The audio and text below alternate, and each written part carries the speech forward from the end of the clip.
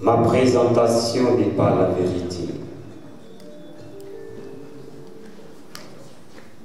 mais simplement ma réalité.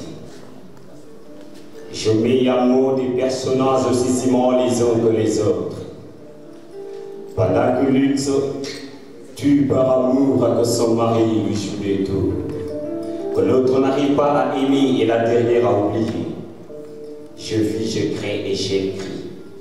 Demandez à la poésie si mes poèmes sont à l'eau de rose. Elle vous répondra que mes écrits ne sont pas si bien écrits, mais que j'y mets tout mon cœur.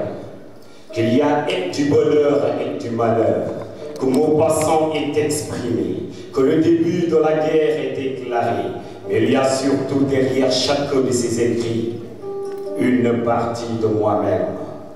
Et que ces quelques mots que l'on sème pour se présenter au bref instant ne sont pas suffisants pour toi, pour moi. Salam alaikum. Mesdames, Messieurs, soyez les bienvenus. Bienvenue à la scène où s'exposent les cœurs lourds. Ce n'est pas un bal masqué, c'est le festival des masques vivants. Ici, il n'y a pas de paillettes ni de faux semblants, juste des vérités et des silences tremblants, des regards fatigués, des âmes en chantier, mais tous réunis pour enfin exister. Il y a celui qui rit mais qui saigne en dedans, celle qui danse pour ne pas pleurer tout le temps.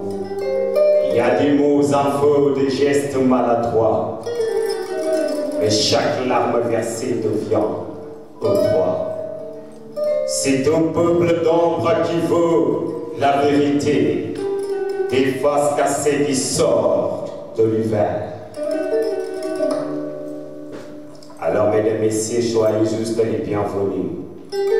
Lève ton masque si tu veux respirer. Offre ton histoire, laisse-toi traverser.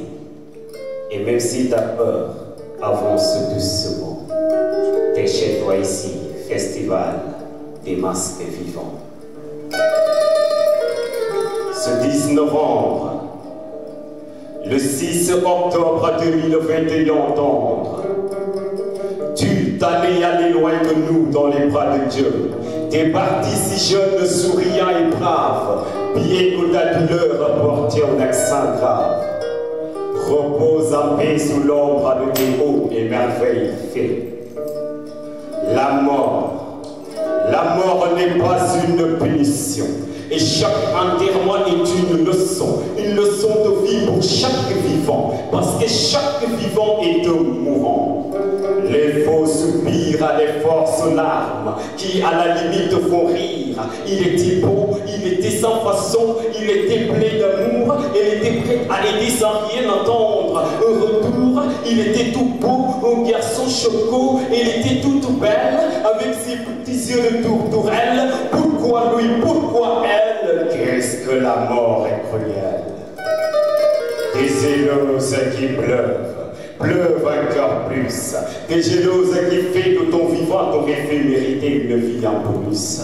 Devant ton cercueil on va pleurer et même rouler par terre. On le fera 5 minutes plus tard, tous devant la pierre.